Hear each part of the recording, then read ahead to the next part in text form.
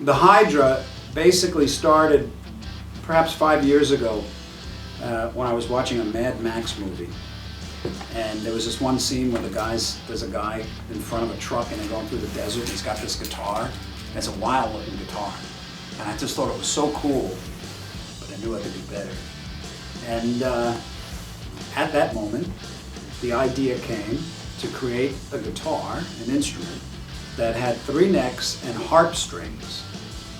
So I know I wanted one of the necks to be 12 string that was half fretless, and then a 7-string neck, and then a bass neck that had the E and the A strings fretless. And then these 13 harp strings that can either resonate sympathetically or you can strum them. And I didn't know what it was going to look like, but the idea to build it and also to create a piece of music on it that doesn't use loops or anything like that, where I actually have to play all of the strings in the entire piece. And I knew that it needed to be performed in a way that wasn't going to make it gimmicky, and it needed to sound like a stand-alone piece of music on its own. It needed to sound like a good piece of music, regardless of the fact that it was performed on the devil, you know. And so I was also very much into steampunk fashion at that time. So I went out in the internet and I gathered a bunch of sort of steampunk images and stuff. And I sent that with the concept that I had for the guitar to Ibanez, and their engineers just lit up. They got so excited. I mean, this was personal to them. But I received a rendering, and the rendering was the Hydra. And I couldn't believe it. And when I was looking, I said, "You guys are gonna build this?" You know? Yes, we are. And for about 3.5 years, 4 years, we went back and forth, you know, because originally I wanted 10-string neck instead of 12-string. So we built a prototype, what they did, and I just thought the 10-string, you know, go to 12. So there was other little changes, but the amazing thing, I finally got the guitar after about 3.5 years from the time of the inception, and I opened the case and I couldn't believe it. It was awesome and intimidating because it was unique and I had to play it. And it was big and heavy. So I had the guitar and I was very surprised at how Ibanez, the designers and the builders and the electrician that worked on it, went so far beyond what I even expected. These guys are brilliantly creative. So the guitar is really also a technological marvel. You know, it's got a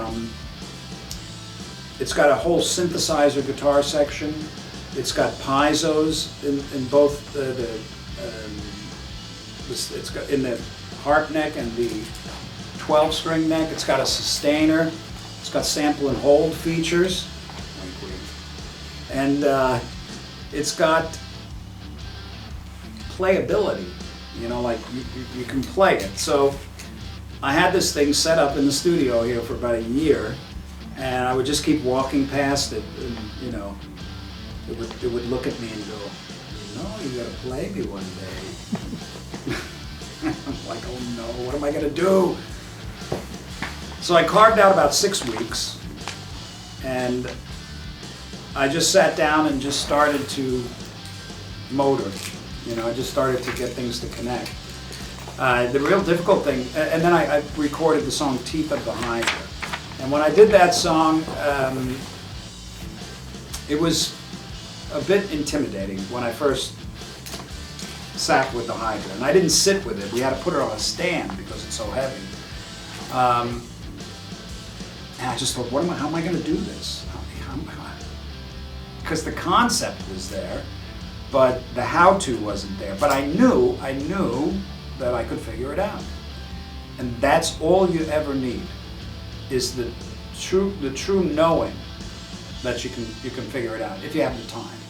So I carved out this 6 weeks, and when I recorded it, what you hear on that track is all of the bass, the guitar, 12-string, and the harp, which is the only instrument on the track. There's sample drums, there's some keyboards, but they were all performed on the Hydra in one performance. So the key, the difficult thing was getting the melody to work and not sound like I'm playing other things. You know, it had to be seamless, completely connected. But it's interesting because the song, it's linear, because usually when you record a song, you record the bass and it's thumping, thumping, thumping, and then you put a guitar on top of it, and then you overdub things. But this, I had to work it out so when the bass is playing, the guitar and nothing else is. When the guitar, nothing else is playing. So it was the use of open strings, hammers, trills, legato, that kind of thing that helped enable me to make the song flow in a way that sounds not disjunctive. You know, it sounds seamless. So I haven't stood up and played the guitar, but Thomas made thank God, he made this special strap where the weight of the guitar is all on my hips. So that's easy, you know.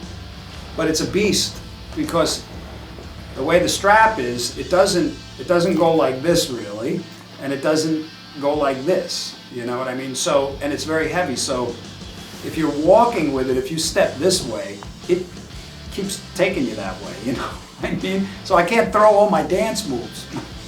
I can't do any of that.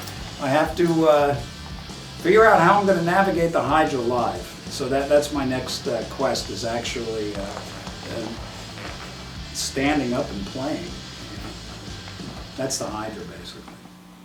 And one of the responsibilities that I charged myself with in this song is to use every aspect that the Hydra offers, everything. And I did. And part of it was the 12-string. And I always thought that a sustainer on a 12-string fretless would just yield things that nothing else can. And I was right, you know. So there's one little passage in Teeth of the Hydra where you hear there's a break and you hear the 12-string fretless. And it's kind of cool. It's kind of like a little Indian thing.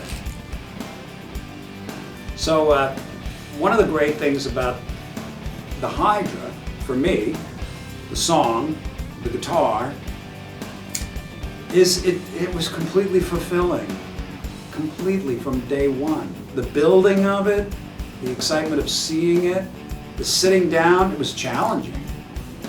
But when it starts to come together, it just becomes addictive, and you just love the process. So the song, I was so happy with the way the song turned out. Really, it does. In a way, I love being happy with the result much more than what I think people are going to think about it. I know that there's going to be a group of people that really find entertainment, you know, in it, and that's another reason I do it. But the whole package for me, hook, line, and sinker, the song and the guitar just turned out really great. And my only hurdle at this point is actually being able to perform the piece from beginning to end flawlessly on a stage. And I'm looking forward to working on that because I know I can do it. I just hope I have the time. There's other challenges.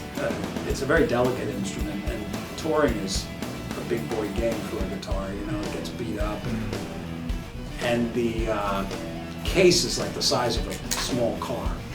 You know, so I don't know how we're going to get it around or anything, but you know what? If we want to do it,